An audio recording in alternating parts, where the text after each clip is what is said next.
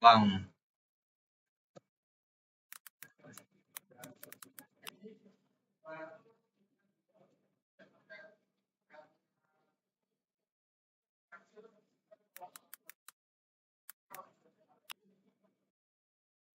apa ya namanya? Oh, black hole. Ini jauh.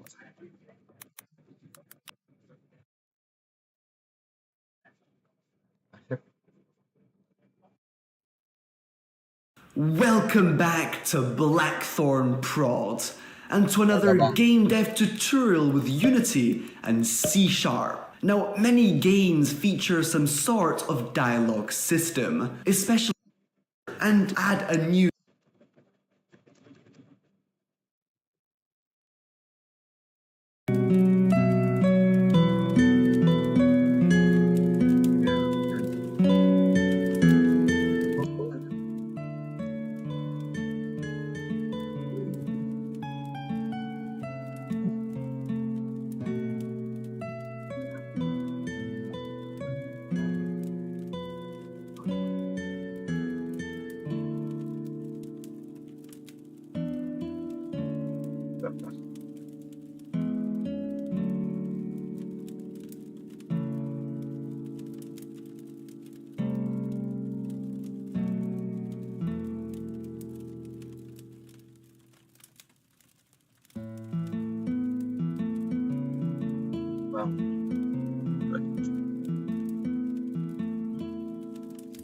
namespace called TM Pro. Now, without consent our dialogue.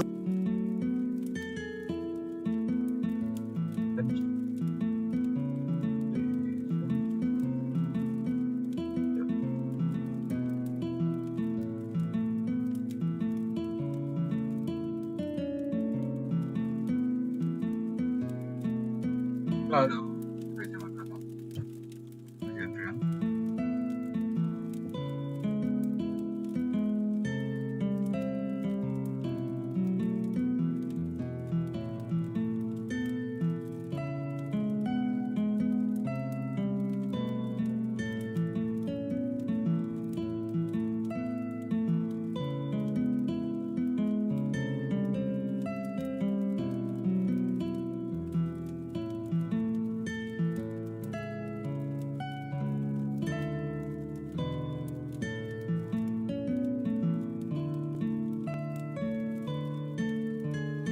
Lastly, I'll make a simple private int variable called index. Let's start by getting our text display to actually display our sentences. We also want to put in place that cool little typing effect. To do so, I'll make a new coroutine called type. For those who don't know, coroutines basically act as functions, but all the code inside it doesn't need to be run immediately. In other words, by typing yield return new wait for seconds, all code that comes after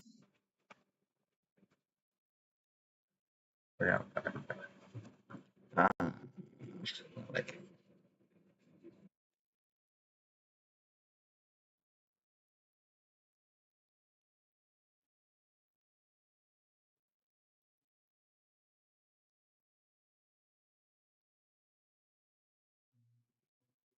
salah sih. Kata apa? Hah? Oh,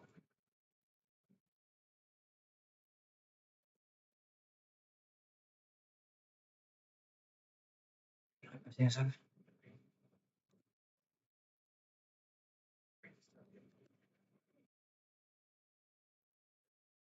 Kayak kata string ya. Coba.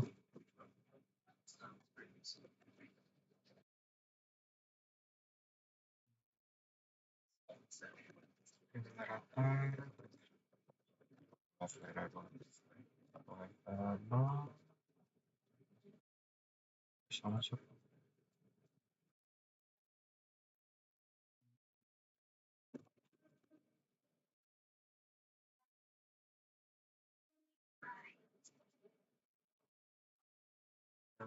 Variable.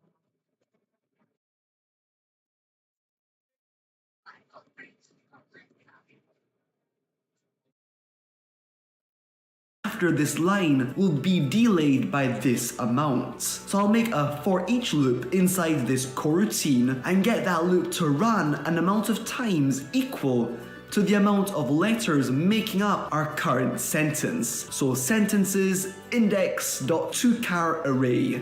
Yep, quirky syntax. And so inside the loop, I'll char array. Yep, quirky syntax. And so inside the loop, I'll add a single letter to my text display. And then inside the loop, toChar array. Yep, quirky syntax. And so inside the loop, I'll add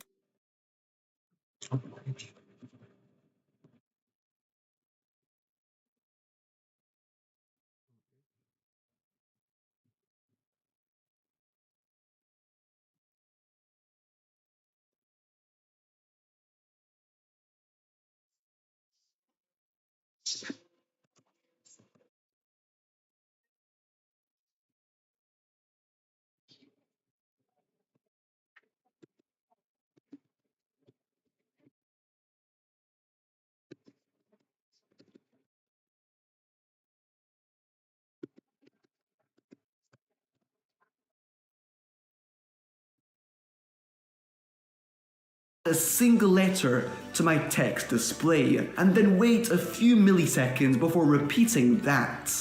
In this case, it's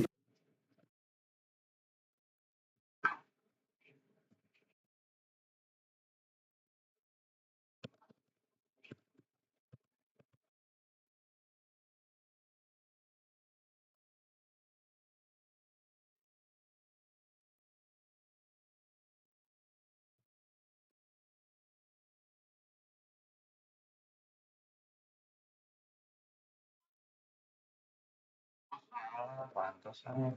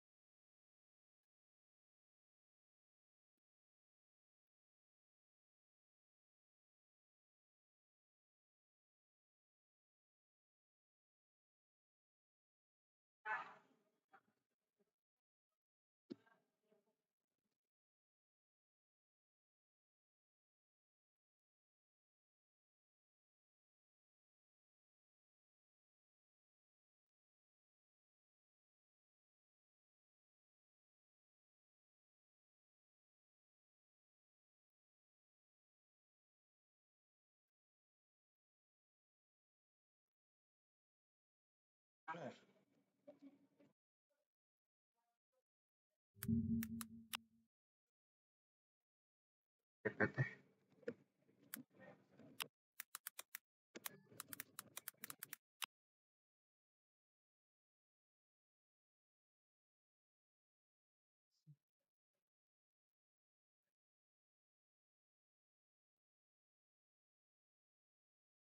Oh, oke. Oh, iya, iya, iya. Oh, di situ ya. Media yang ini.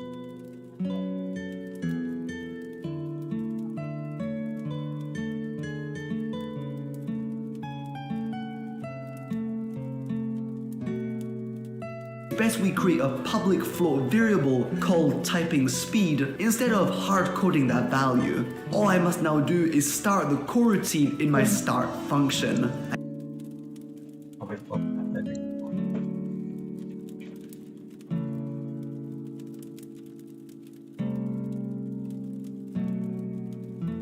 Big.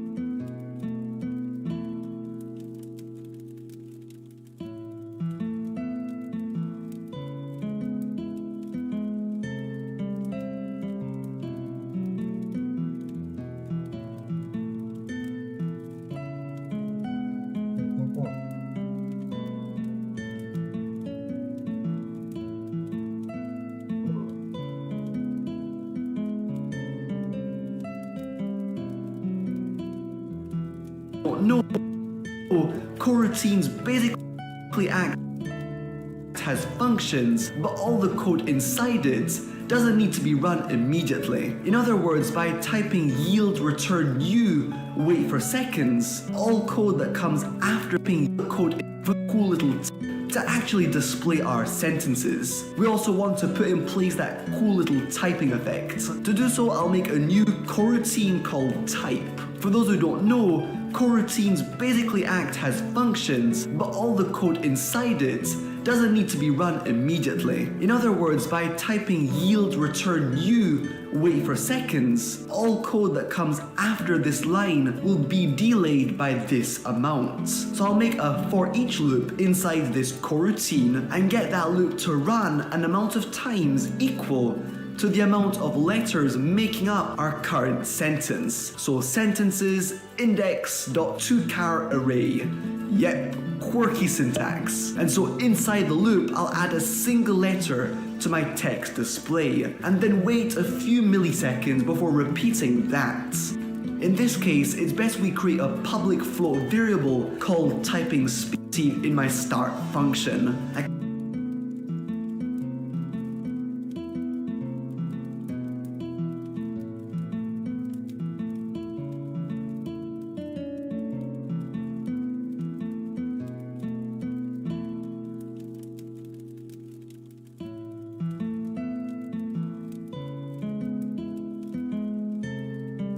I can now head into Unity, create a new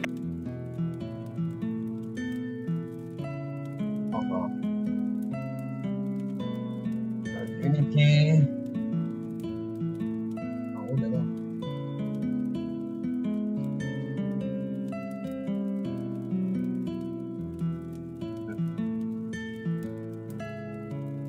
empty game object called dialog manager and drag and drop my dialog script onto it. I'll also drag and drop my text display inside.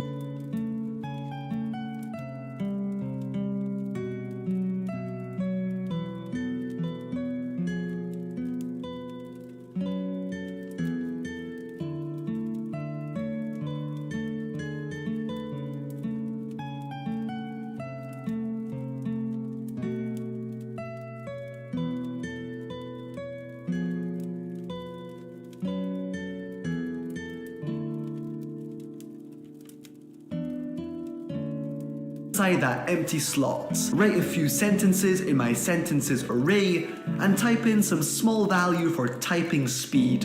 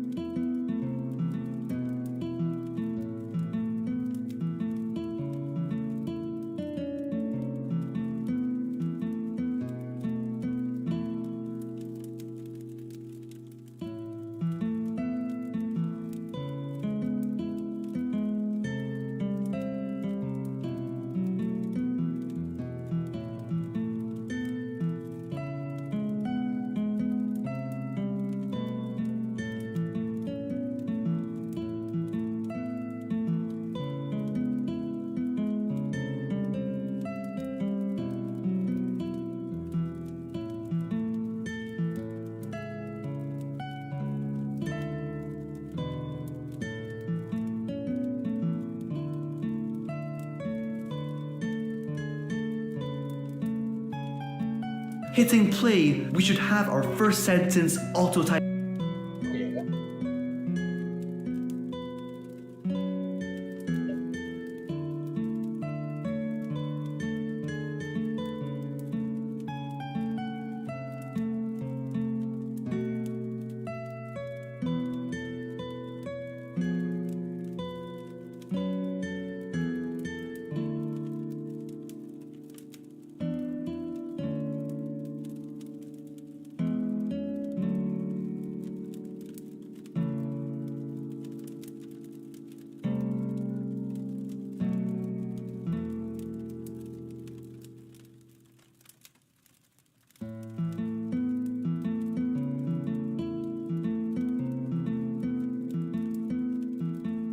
Ada ya? Gimana ya?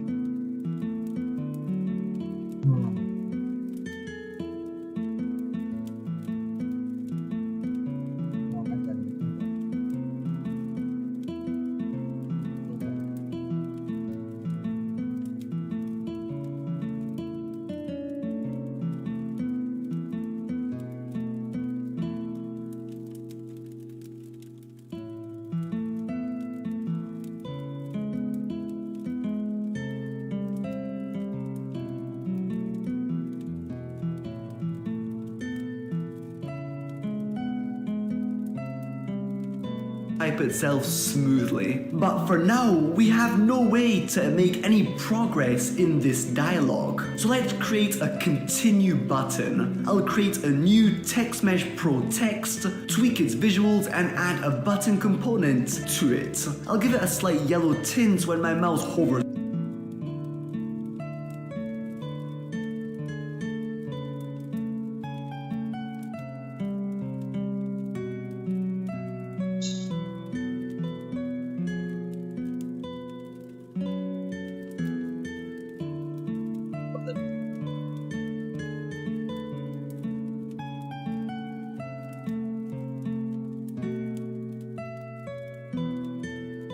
Over it, and make sure to set navigation to none so we don't get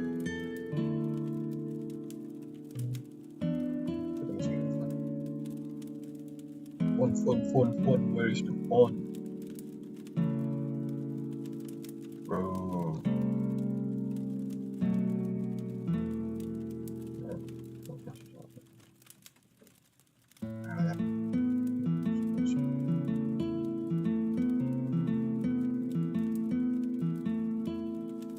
Kalau button berarti ya, pas tengah.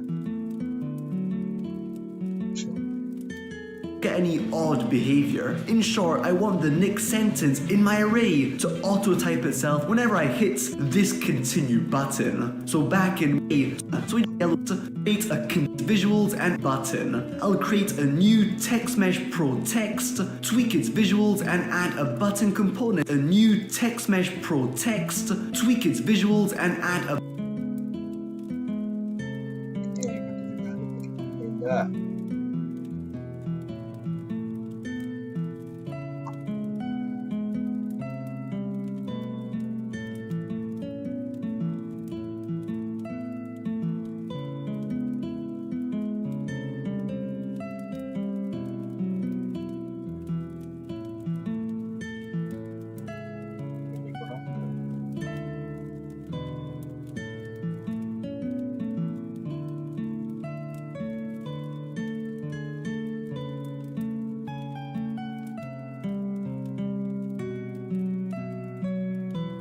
Gelap banget tadi.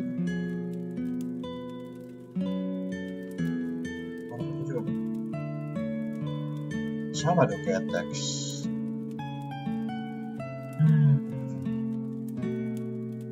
button component to it. I'll give it a slight yellow tint when my mouse hovers over it, and make sure to set navigation to none so we don't get any odd behavior. In short, I want the next sentence in my array to auto-type itself whenever I hit this continue button. So back in monodevelop, I'll create a new public this continue button. Send navigation my array to auto-type itself whenever I hit this continue button. So back in monodevelop, I'll create a new public function called next sentence. I'll first of all make sure that we haven't yet come to the end of our dialogue. So simply make an if statement checking whether index is less than the number of elements in the sentence's array minus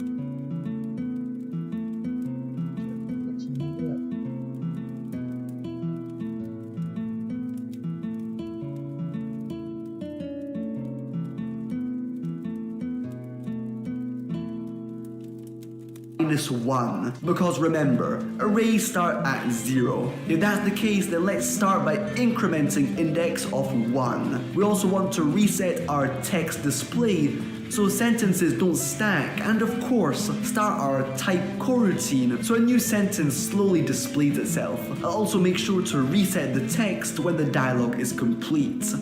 Now all this should work smoothly, let's try it out. I'll add an on-click event to my continue button, drag and drop my dialogue manager and call the next sentence function.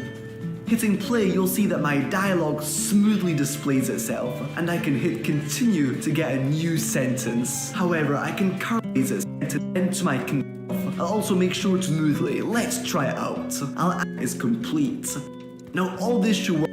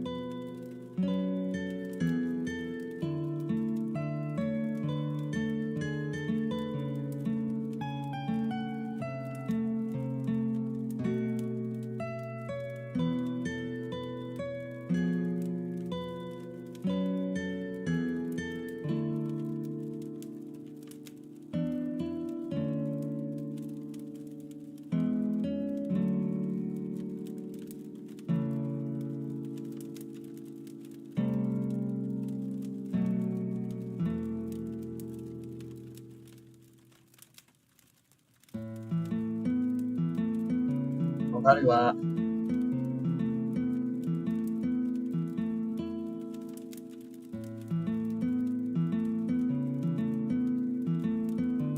Oke.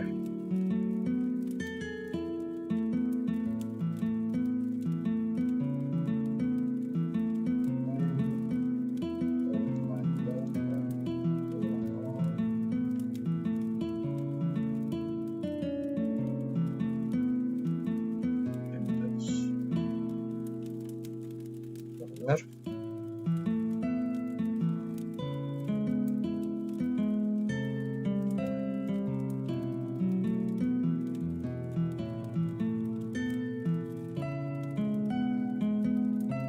Kok gini?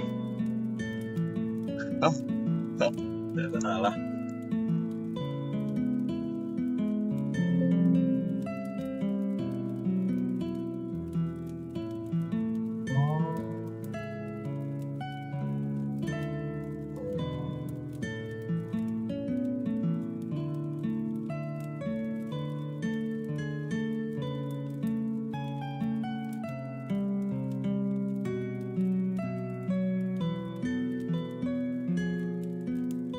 Oh, jelek banget.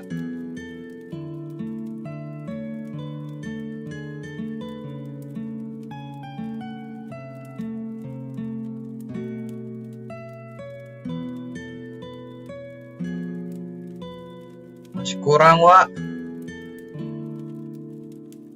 Apa dong 50? Salah.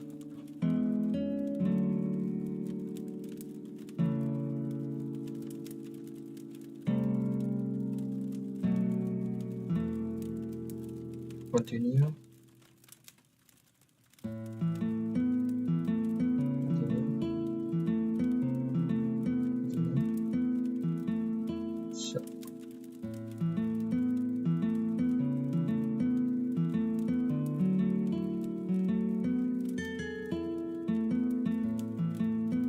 Works smoothly. Let's try it out. I'll add an on-click event to my continue to get a new sentence. However, I can currently spam click the continue button and get some buggy looking results. An easy way to prevent this from happening is enabling and disabling the continue.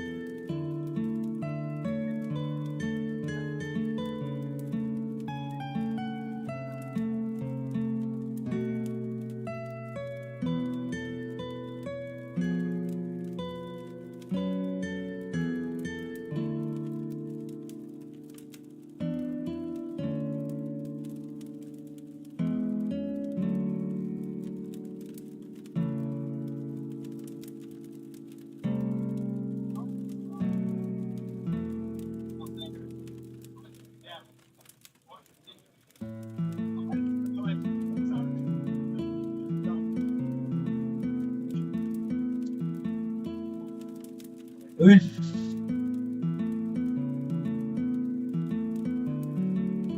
Oh.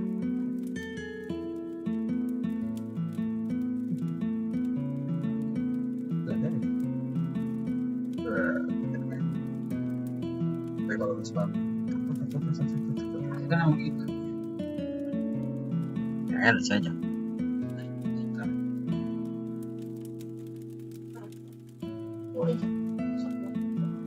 Pau berisi gimana? Susu sombong betul.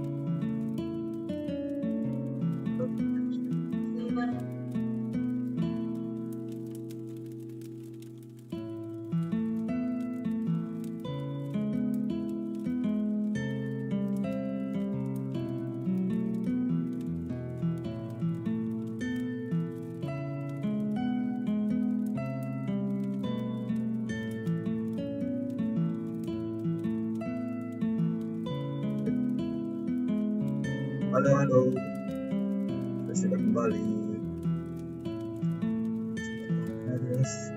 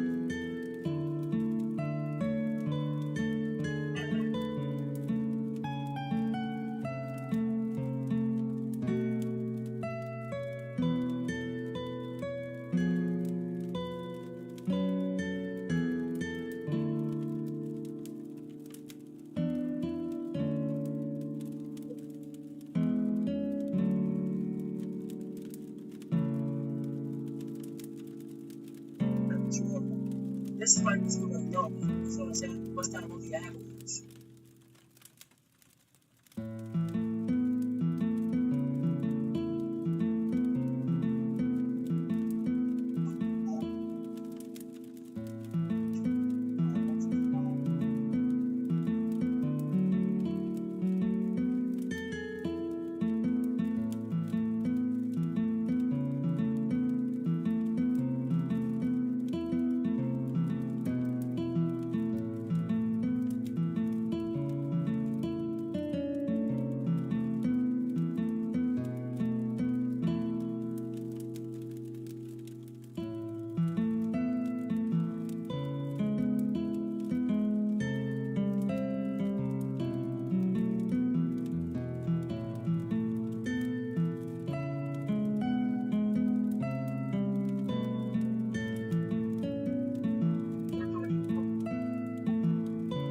Fakta sudah terlihat sisi komen.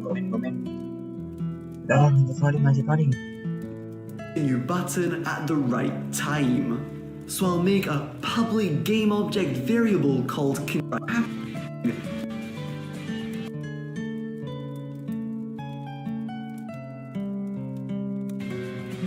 An easy way to prevent this from happening is enabling and disabling the continue button at the continue button, and in my update function, make an if statement checking whether what my text is currently displaying is equal to my current sentence. If that's the case, then we know the whole sentence has been typed out, and so we can display the continue button by typing continue button.setActive true. When we hit that continue button though, we will immediately hide it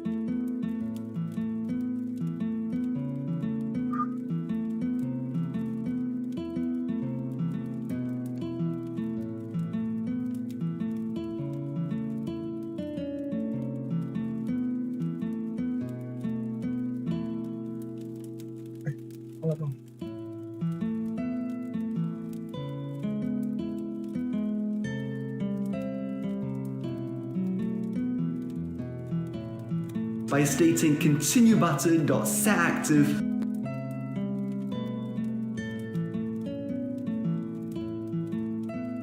Jika displaynya lagi teksnya lagi dimunculin,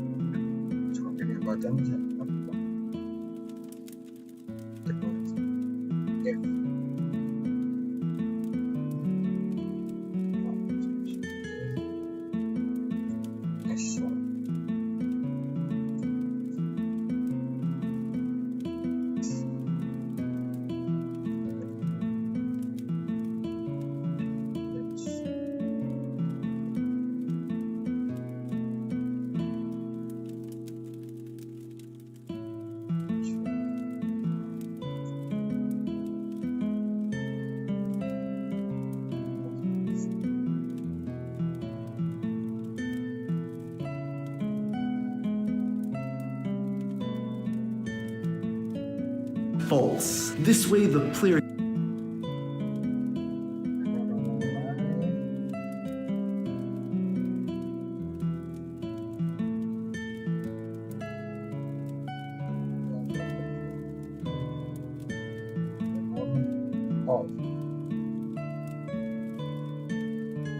can spam click it, miss out on the story and bug the game. We'll also hide that continue button when the dialogue has ended.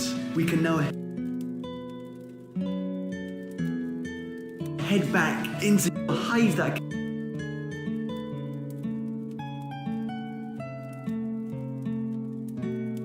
continue button when the dialogue has ended.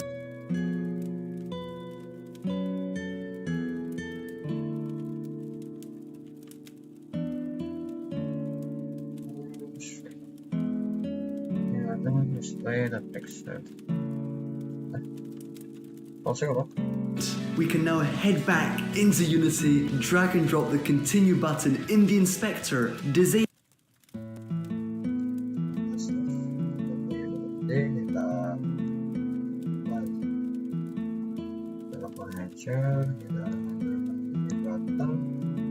kita play.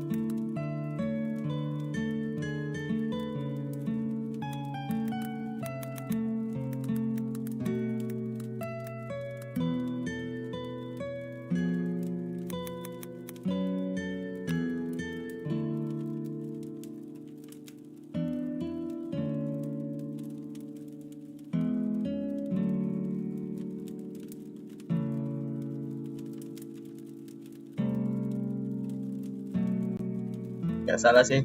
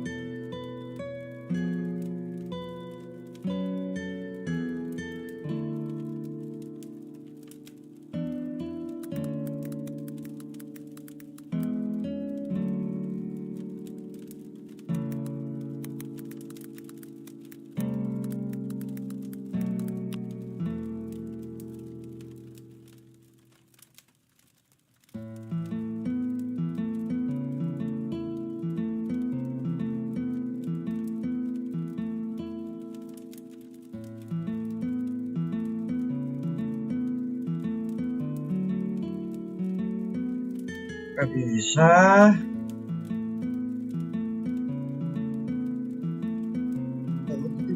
Kan ke dalam sini ya guys ya.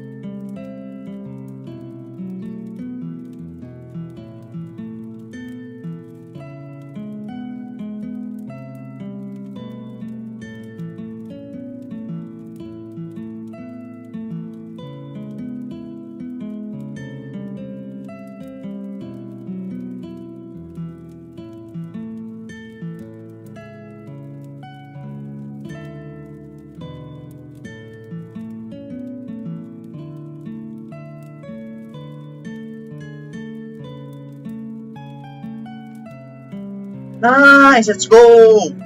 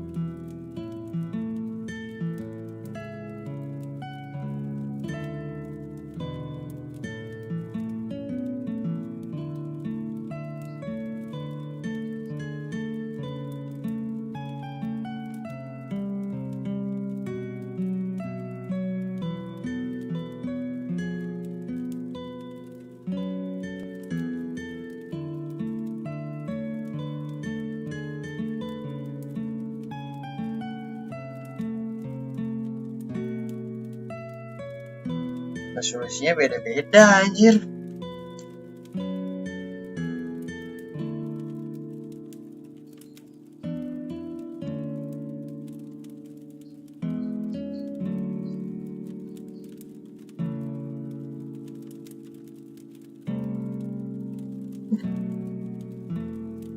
Wah, empu anjing.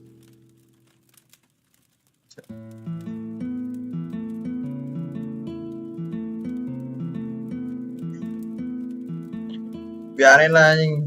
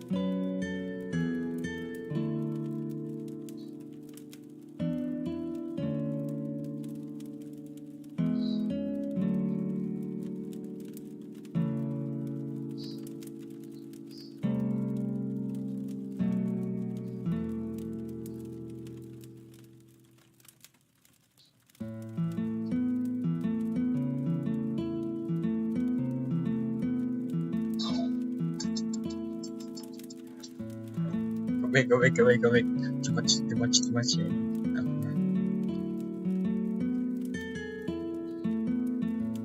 Gimana ya? Mau kasih headline? Kasih headline.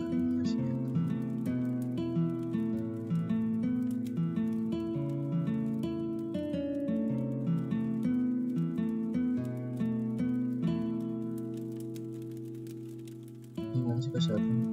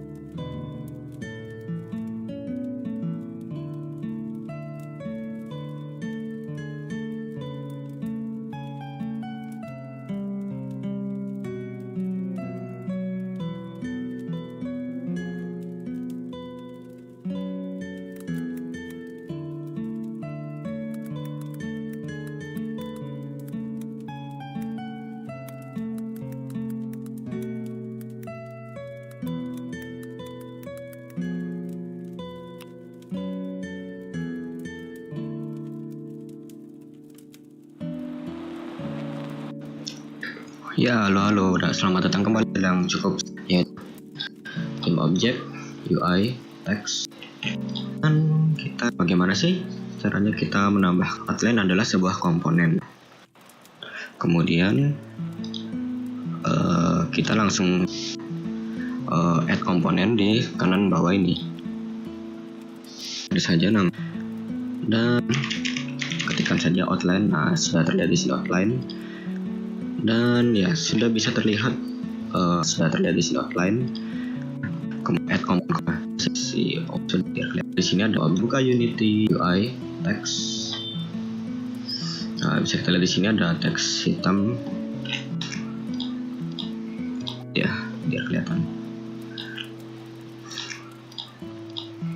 Oke, sudah. Nah, kemudian kita kasih warna putih biar lebih terlihat jelas. Kemudian bagaimana sih caranya kita menambahkan outline untuk teks yang sudah ada ini? Nah, ternyata di Unity outline adalah sebuah komponen.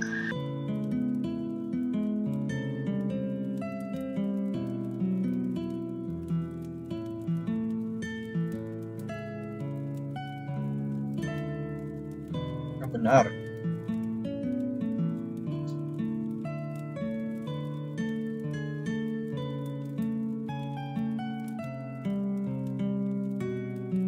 Oh,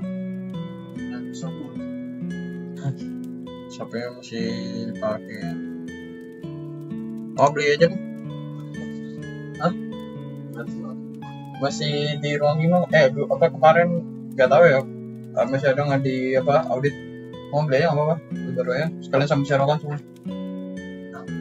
Nggak tahu ya. Bawa ini cepet.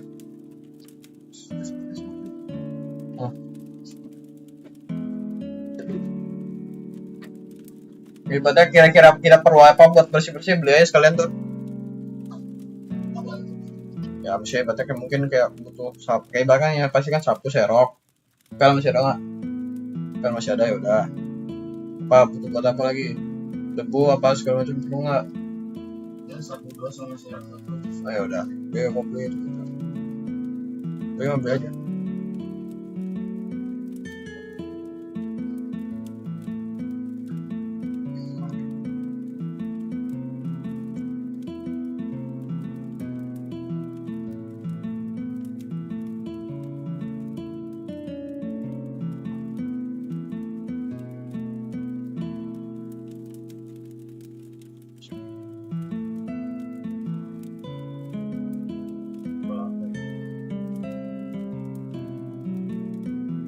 Coba.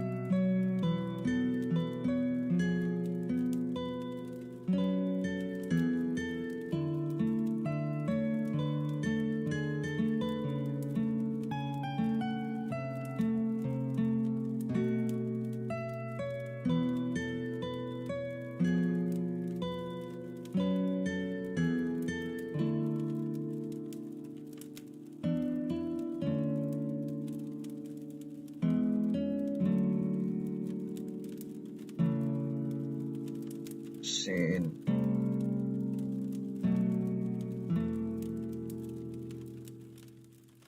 Dan untuk menambah Pro settings, I'll simply type the name who is talking. Now, when multiple characters are having a chat, to make clear to the player who is talking to let talking, or make a little talk bubble, type the name of the character.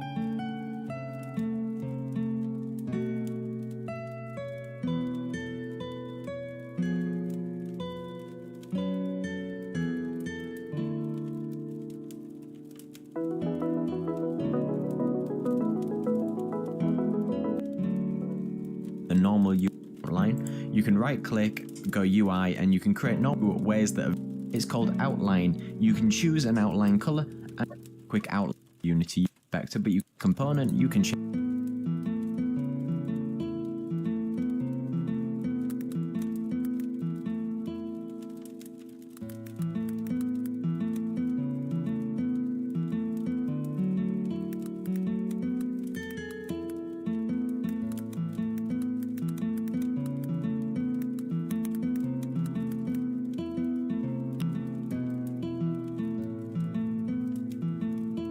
Hey guys, welcome to a new tutorial today. I'm Matt, this is Speed Tutor, and I'm going to show you how to change the font in my scene and UI online for free in different places. Now, be a specific font asset, and we can't actually drag one of these in there to change the style.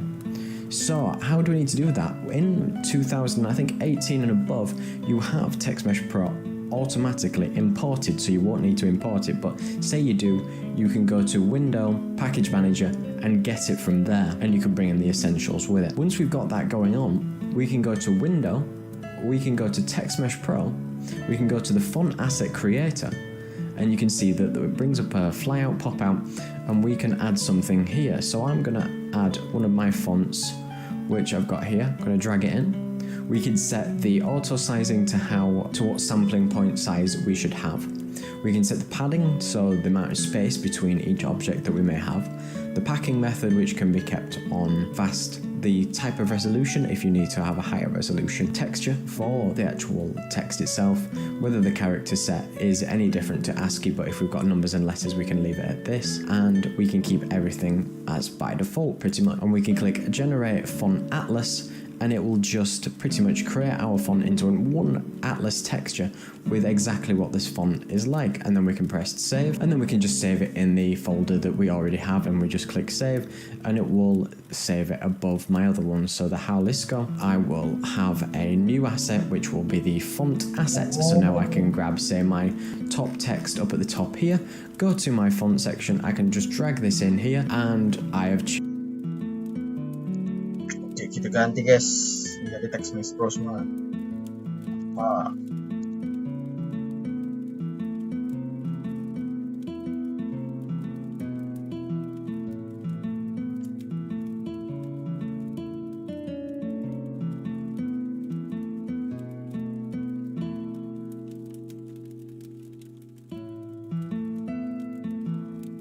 But I highly recommend for those of you pro text. I can now tweak my text to visuals and place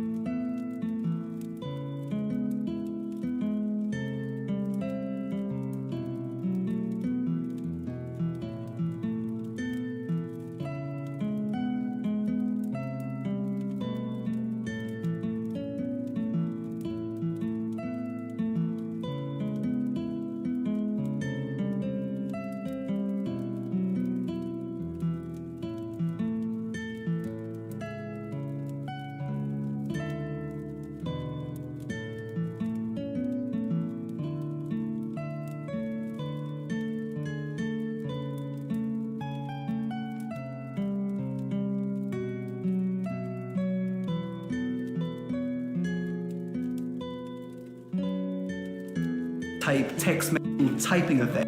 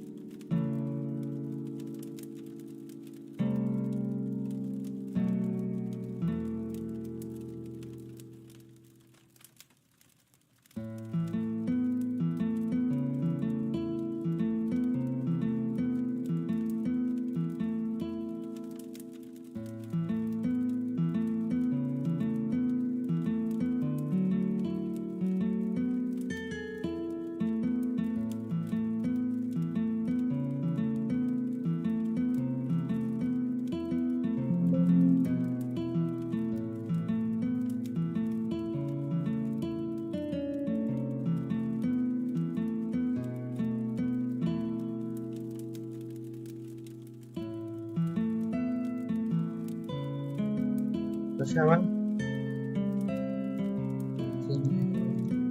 Kok? Oh.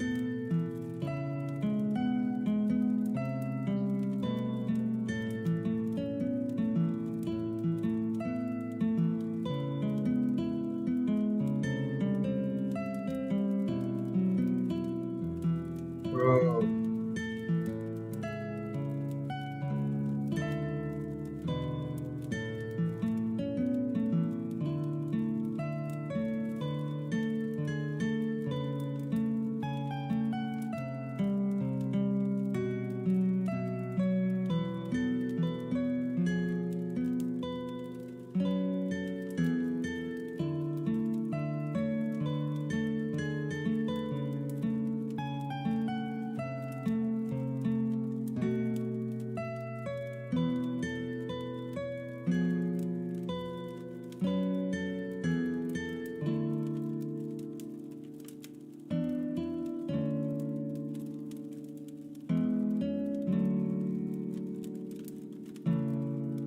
And drag and drop my dialogue.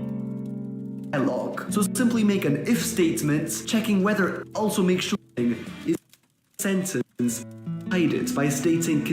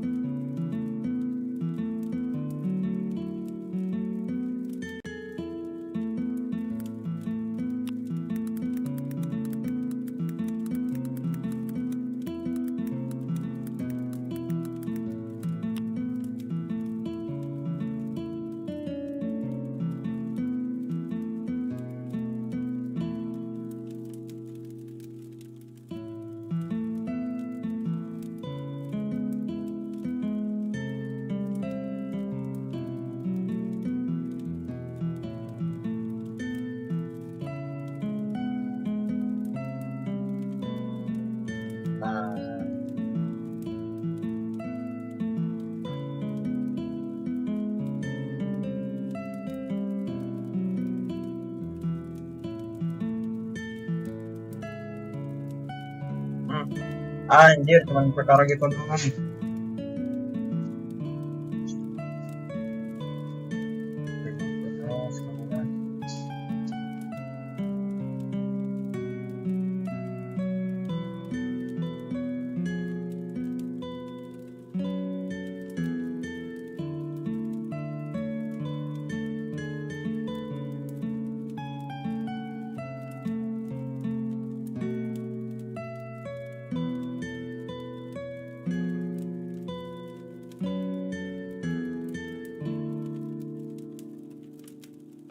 The follow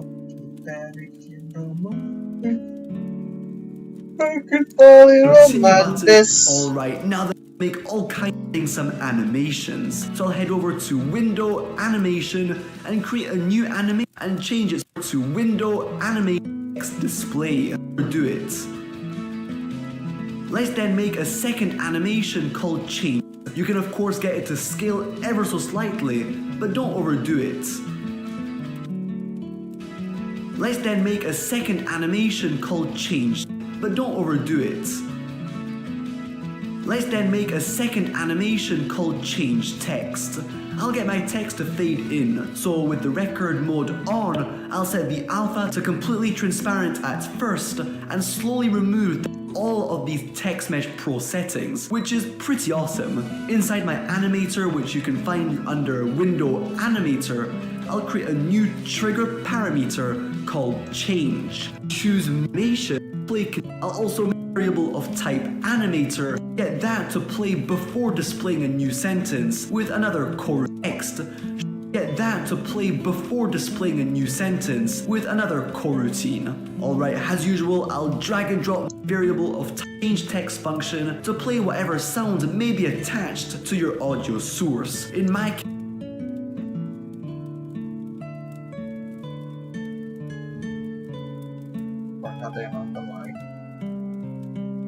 before displaying a new sentence with another coroutine. Alright, as usual, I'll Kok nggak baca, Cok? Sorry. Komen.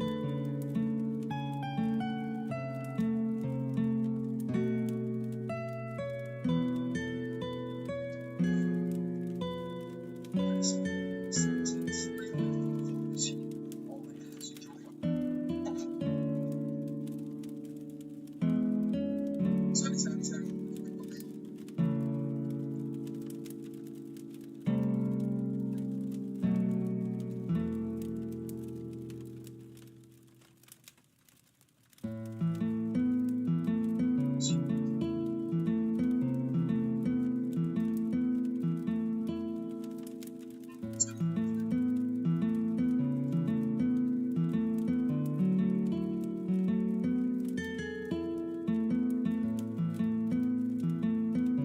Ah,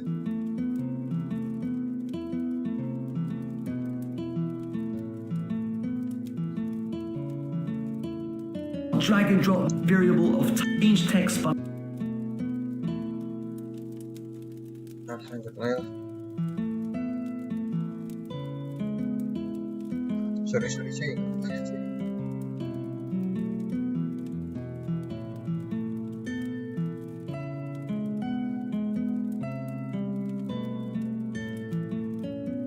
Oke. Wait, anjir. Itu mah Mr. Gepeng, cok. Segala pakai tekstur sekarang.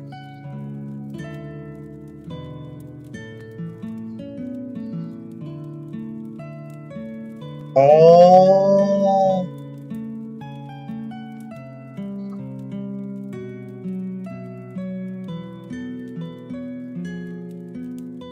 Gimana caranya?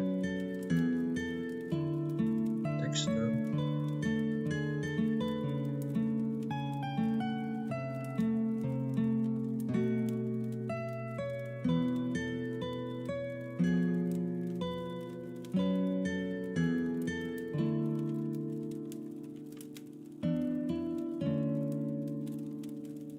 Oh enggak.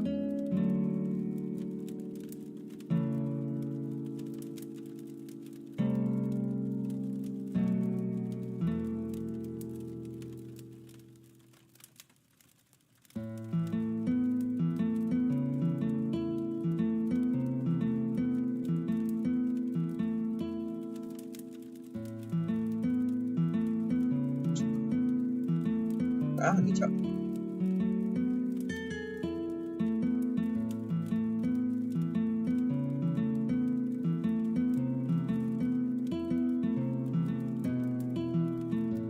Teks.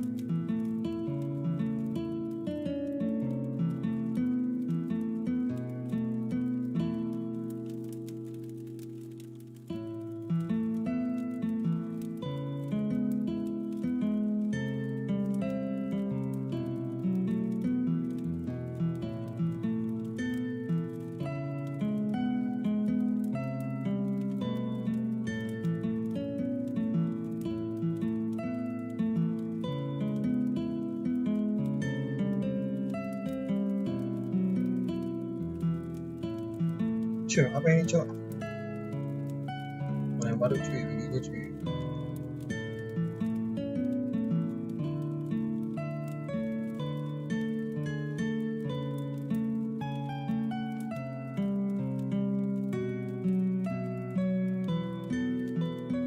Oh. Loh. Gini tuh. Ini jelek gak sih kalau kayak gini tuh? Ada hitam-hitamnya ini ya? Apa ya?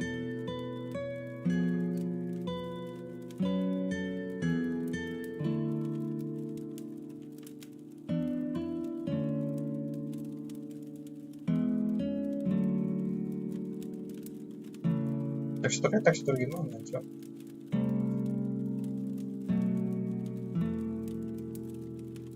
Boleh. Dah. Kita lanjut ke bawah.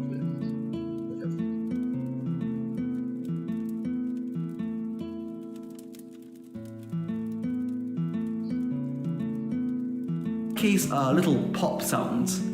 And now I can add my audio source with the pop sound quickly made using Audacity to my dialogue manager game. Assalamualaikum warahmatullahi wabarakatuh. Assalamualaikum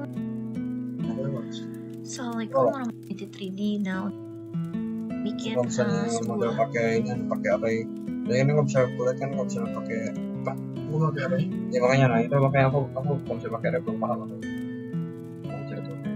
Prolog untuk tutorial. Ya tutorialnya nggak ada. Intinya, Aku baru buka tutorial buat yang array. Maksudnya berarti baru tutorial buat nyari prolog. ini Aku belum metodenya lagi sebelum I'm going to show you guys how to build out a quick cutscene using Unity's timeline system, which allows you to animate game objects, play sounds, and transition smoothly into gameplay. So this is a project I have from my 5-minute top-down shooter tutorial. Right now the enemy's just going to chase around the player, and I can shoot the enemy a couple times and it will die and drop something. This is all irrelevant. This is just the scene I have set up right now. So let's go ahead and start making a cutscene. I want to introduce these characters before they start fighting. And so the first thing we need to do is actually get the timeline window open up. To do that, we can go to Window, Sequencing, and then Timeline.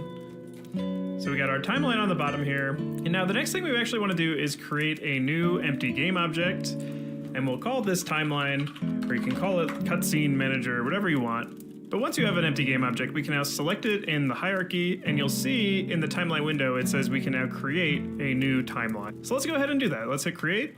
We're now going to save this somewhere in our assets folder. I'll just call this cutscene 0. You can name it whatever you want. And we now have something that looks just like our animation window. It's very similar. And if you have experience with animation or even editing videos, this is going to be very similar in how it works. Essentially, you can right-click on the left, and we have all these different types of tracks we can put in. And then a track group is really just a folder to collect them all for organization. But the first thing we really want to look at is the animation track, because this is kind of the bread and butter tool you're going to be using. And when we create one, you'll see we have an empty animator slot we need to fill. We can start with the player first. So I'll click and drag our player from our hierarchy into this slot, and when we do, it'll prompt us to create an animator on our player if it doesn't exist already, which it doesn't on mine, so I'll say yes, create that, and it will fill with the player animator. And so let's keep this really simple for now. What I want to happen is at the start of the scene, I want my player to come in from the bottom following my mouse, to walk up into the scene into a starting position. So what we can do is hit this recording button, and I'm on the first frame here. On the timeline itself, we can move through our sequence just like we could with an animation, but we'll start at the first frame and we'll hit start recording. And now selecting my player, really what I want to do is drag them out of the scene, maybe down to like negative, I don't know, negative 15 or something like that. It's, again, this is kind of arbitrary. And then skipping forward a bit, we can reset this back to like -3 in the Y, which is where the player was originally, and stop recording. Okay, so we have a point at the first frame, which is our player off camera, and then after, in this case, 180 frames, it's going to move back to around its starting position. If we play this timeline now, we'll see that our player just slowly creeps into the scene. And if you don't like working in frames like 0 to 180, you can actually hit the gear here and change some settings of the timeline itself. So we can change this from frames to seconds. And you'll see that we're actually doing this in a 3-second interval, which maybe is easier to understand when you're working with this. And so we can make this animation much more complex if we wanted to, but I'm keeping everything purposefully simple. And we have this selection here, right, of 3 seconds. This is what's currently going on. Well, what if we didn't want to play right away? What if we wanted to move this and edit it as a whole? What we can do is right-click in this and do convert to clip track, and you'll see it'll pop up as recorded. We could rename this clip to like player entrance or whatever we want to call it, right? And at this point, we can now actually drag around this clip on the timeline. So let's say we didn't want our clip to start for a full second. We could actually drag it over to the 1 second mark and hit play. And now there's an additional second added to our character walking up. And this is really nice, because you can imagine that right now we just have a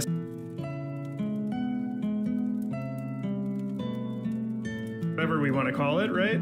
And at this point, we can now actually drag around this clip on the timeline. So let's say we didn't want our clip to start for a full second. We could actually drag it over to the 1 second being animated below of each of them, and then we can just simply move things as we go along. An animation window, and you'll see just like a regular in this clip, you can simply right-click and go to edit an animation window, and you'll see just like a regular animation, you can then tweak this one individually.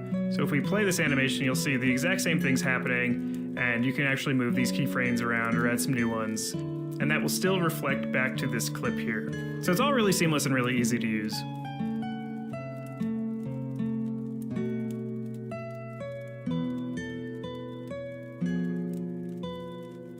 going to show you guys how to build out a quick cutscene using Unity's timeline system, which allows you to animate game objects, play sounds, and transition smoothly into gameplay. We can reset this back to when we play the timeline now.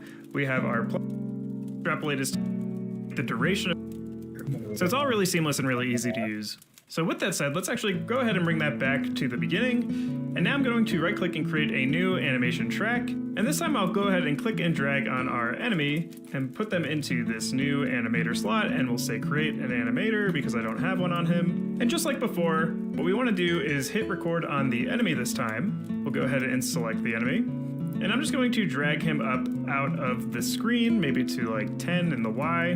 Doesn't really matter. For time, I will then drag him back down into the top of the frame where I want him to be. That looks fine with me, and we can stop recording. Meet each other in frame. And now let's say we actually want to offset these. I could go ahead and drag this after the player entrance. And when we play the timeline now, we have our player come in first. Then it triggers our enemy track who walks in from the top. So now this is definitely worth noting. If we select on either of our clip tracks here and we look at our inspector, we have a whole ton of properties we can now fine tune, including like the duration of the clips themselves, which you can also do by just clicking and dragging on the timeline itself. But you have other things too, like the speed multiplier, whether you want the animations to hold after they finish, or loop, or reverse. You'll notice on the player entrance, since it happens at start, there's no pre-extrapolate, but there's things you could do afterwards, such as loop or ping pong, which will reverse through the clip and then go back. But if I click on enemy entrance, you'll see the pre-extrapolate is to hold for 3 seconds, because that's where it aligns in the timeline. If we move this over, you'll see the value updates. And so there's some interesting things you can do here that I'm not going to go too deep into. Really, you can experiment and play around with it as you see fit. So what we have right now is if we actually play the game, right, our player comes in first. I can't move around yet. Our enemy comes in second. And then we get full control of our player and our enemy starts chasing. I can go ahead and shoot.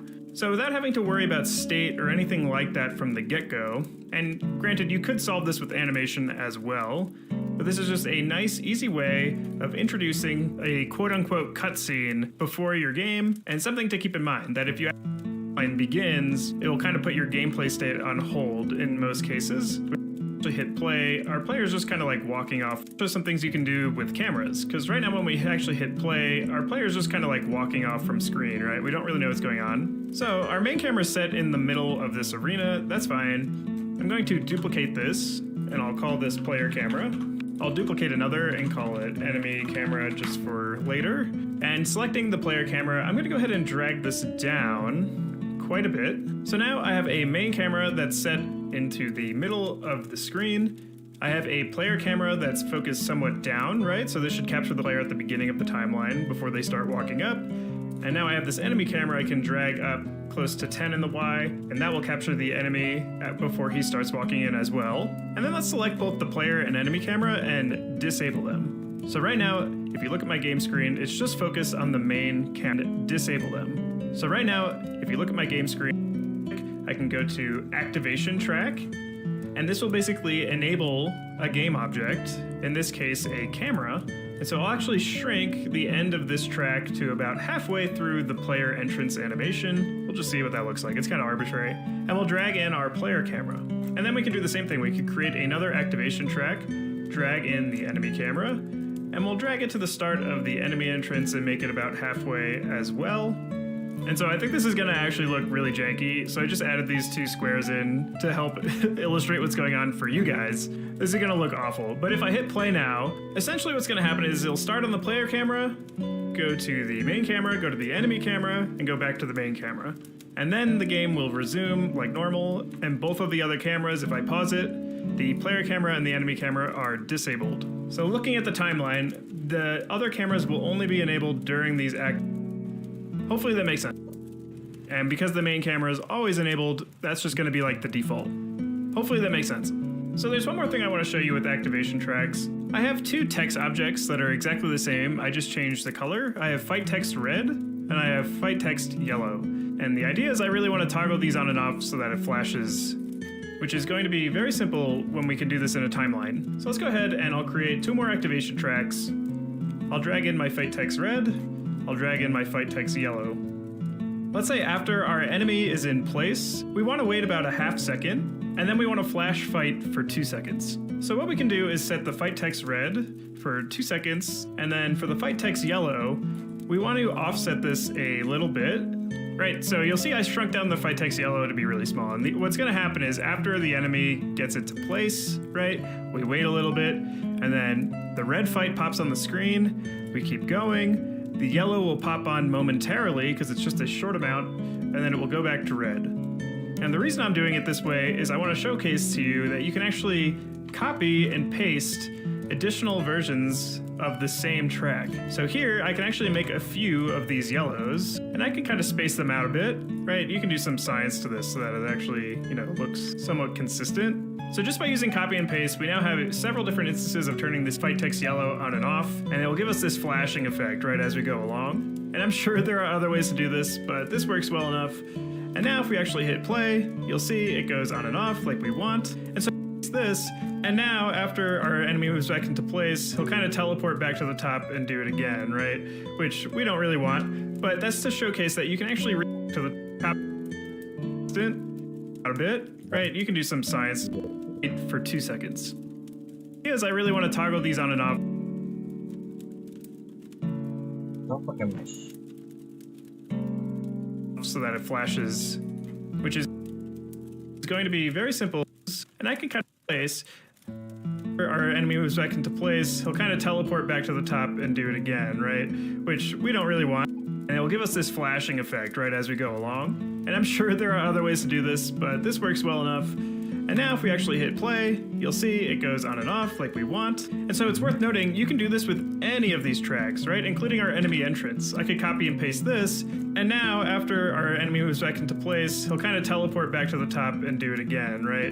Which we don't really want, but that's to showcase that you can actually replay these animations over and over again. You don't have to feel like you have to redo it every time or anything like that, so you can get the most out of each of these clips. So anyway, with this in place, the last thing I want to do is now play a sound effect over this fight command, and then once it's finished, the game will begin, more or less. So I have this MP3 here called Fight. Fight! That's me, can you tell? So it's actually really easy to add any sound effect. This is just an MP3. I'm just going to click and drag it underneath where the texts are going on and off, and you'll see it automatically creates a audio track for us. You could also right click and go to audio track. But it did it for us, and it placed the clip right here. So I'm just gonna go ahead and trigger it near the beginning of the fight text where it first appears. There's a little bit of dead space. You could drag that in if you wanted to. It doesn't really matter to me. So let's go ahead and actually test this out. We can try and run the game. We have our cameras changing just like we set up before. It looks terrible, I'm sorry. They move into place. Fight. It plays the sound, it plays the text, the game begins, I can now move around, and you'll notice the red text is obviously staying on screen, which is not what we want. So why is this happening? In fact, my two text objects here, the fight text red and fight text yellow, are disabled, so this definitely should not be happening. Looking at our timeline, you may notice we have this blue marker here at the end of our cutscene, and that's exactly what it signifies. It's the last frame available in our cutscene. And even if we zoom in all the way, right here we have our fight text red on, and while it should be disabling at this last frame, I don't think it actually is. At least that's my running theory. So one thing we can do is actually adjust our timeline settings, which again is this gear icon on the side. We can click that and go to duration mode. And right now it's doing based on clips, but we could also set this to fixed length, and that now lets this blue line become adjustable. So I'll click and drag it out, I don't know, 5 seconds or 5 milliseconds from there. And we can go ahead and test this now that there's a little bit more buffer room between the end of that frame. So we'll hit play, we'll see our cameras moving around, it looks terrible again, I'm sorry. They move into place, it plays the sound and the text, and now it disappears as I expected. And so I don't really know why this is a bug. There's probably other better ways of fixing that maybe, but that's a simple enough way for me.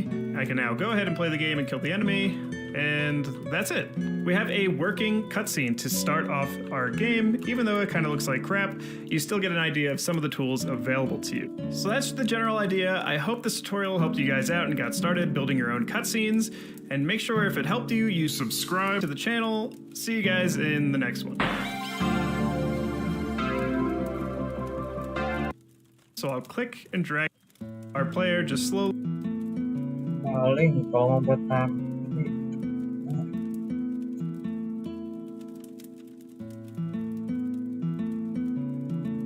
Pengen bikin timeline sih.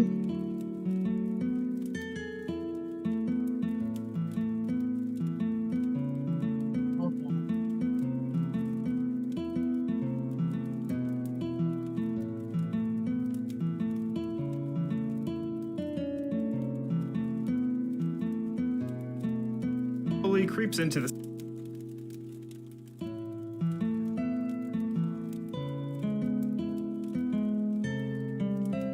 as you see fit. So what we have right now, let's go ahead. This will basically enable a game object, in this case a camera, and so I'll actually camera. So let's go ahead and I'll create yellow. Always enabled, that's just, and go back to the main. I think this is gonna actually look really in the enemy camera, and we'll drag it to the start of the enemy entrance and make it about halfway as well. And so I think this is gonna actually look really janky, so I just added these two squares in to help illustrate what's going on for you guys. This is gonna look awful, but if I hit play now, essentially what's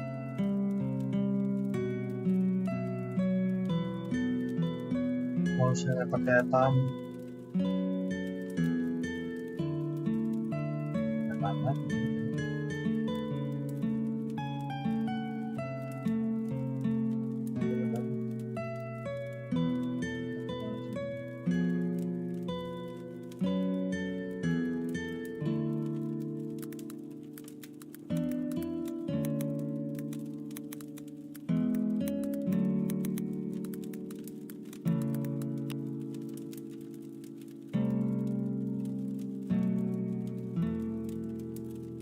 This video will have a look.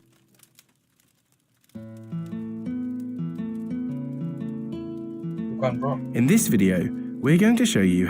In this video, we'll have a look at the new timeline editor in Unity 2007. Hangar environment, and of course a open up timeline wiki. Let's reset the transform on this. Let's rename it to timeline, and you can asset. Now it can do this for us and we can just call this art. The first one is created and is going to be animated as well. To be animated, no tracks, animation track. This is probably the most common track and it's what we use whenever we want to play animation in our game. Now I don't have any animation from here, but I think the tool is up, so one object.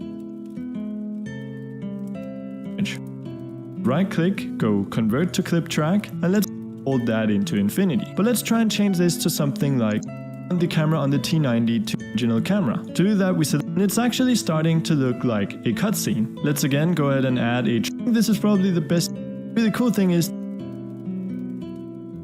In this tutorial, we'll play around with the animation track.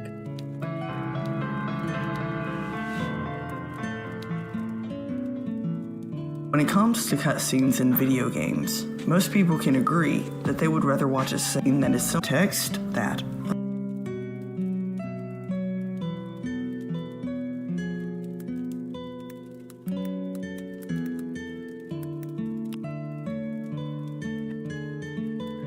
Assalamualaikum warahmatullahi wabarakatuh.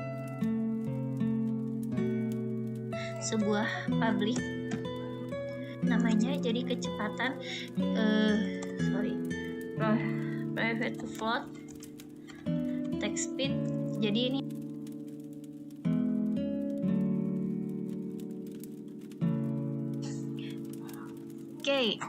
ini lanjutan dari video sebelumnya. Jadi video sebelumnya udah sampai sih hapus.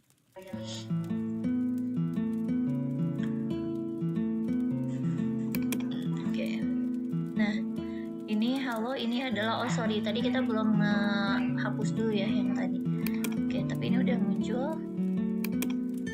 Nah, ini udah muncul satu-satu. Kita lanjut nanti muncul kayak gini. Nah, habis itu dia langsung masuk ke sini, gitu ya. Kita lagi di stage 1 atau stage trigger ya. Kemudian kita What's up guys, today I got another tutorial for you. See,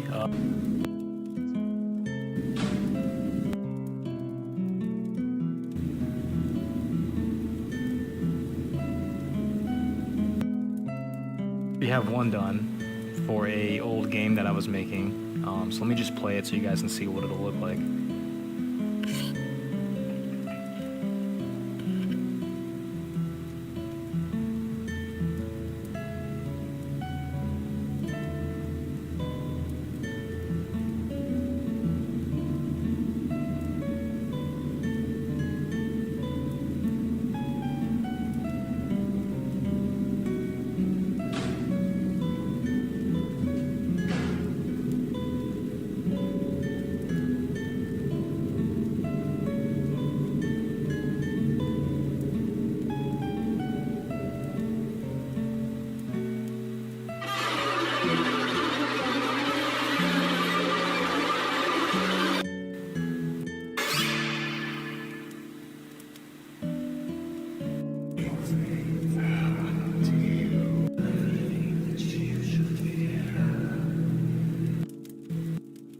but focus on this first part here. So what actually happens is when this timeline is done playing, this empty game object activates that actually has a script on it. And what this script does is actually, upon activation, it object activates that actually has a script on it. And what this script does is actually, upon activation, it transports us to the nation. It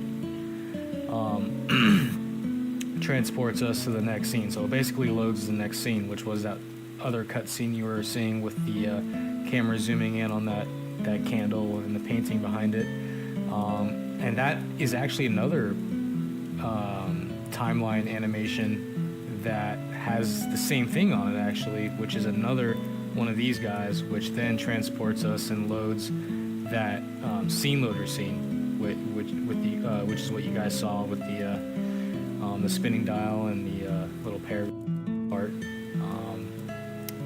And what I'm gonna do is actually basically start from scratch. So I'm just gonna, I'll get it back thing. Okay, so a directional light.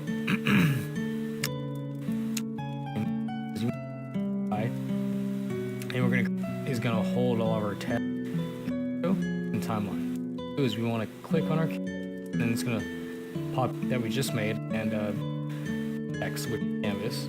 See, this is really, first off is I'm gonna put hints of the story. What we gotta do is like that. So small. That was 100. So this and yeah, I think to Unity, commit to. So for now, you can see that it's only. Let's just do one more. Why not? Later. Trina one. There we go. So we're gonna. Since my script picked, and I actually have a script already done, so you guys can just copy story. Between the parentheses here, you want to put the name of the next scene you want to load. So for example, so you want to onto that scene.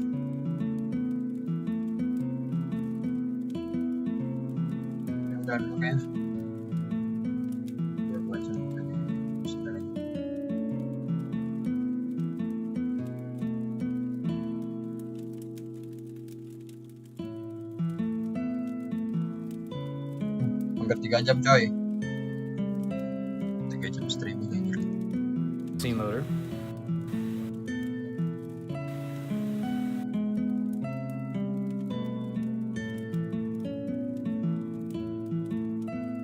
So that it only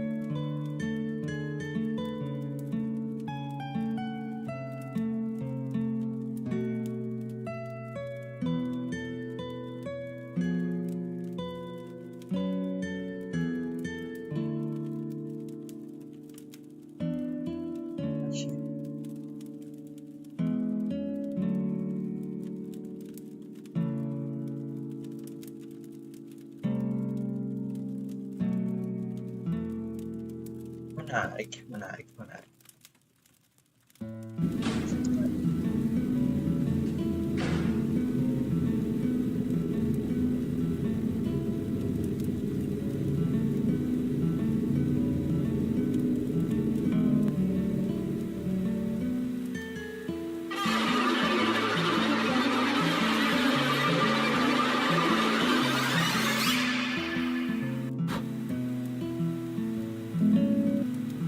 cool. So as you guys make something like that, it's pretty simple. I've already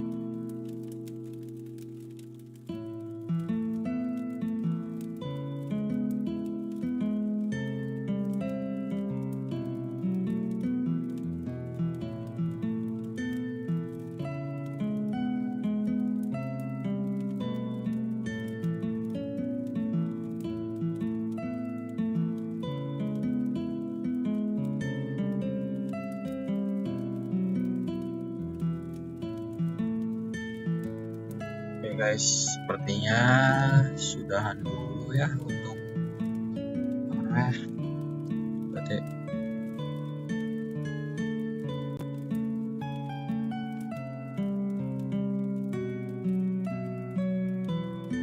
sepertinya sudahan dulu untuk apa namanya, untuk live Gamedevnya. Kita bakal lanjutkan malam. Sampai jumpa di live. Kurang tahu sih kayaknya kemungkinan sih habis Isya gue bro live stream lagi. Oke, sampai jumpa di live stream selanjutnya nanti. Oke, dadah. Kasih udah nonton.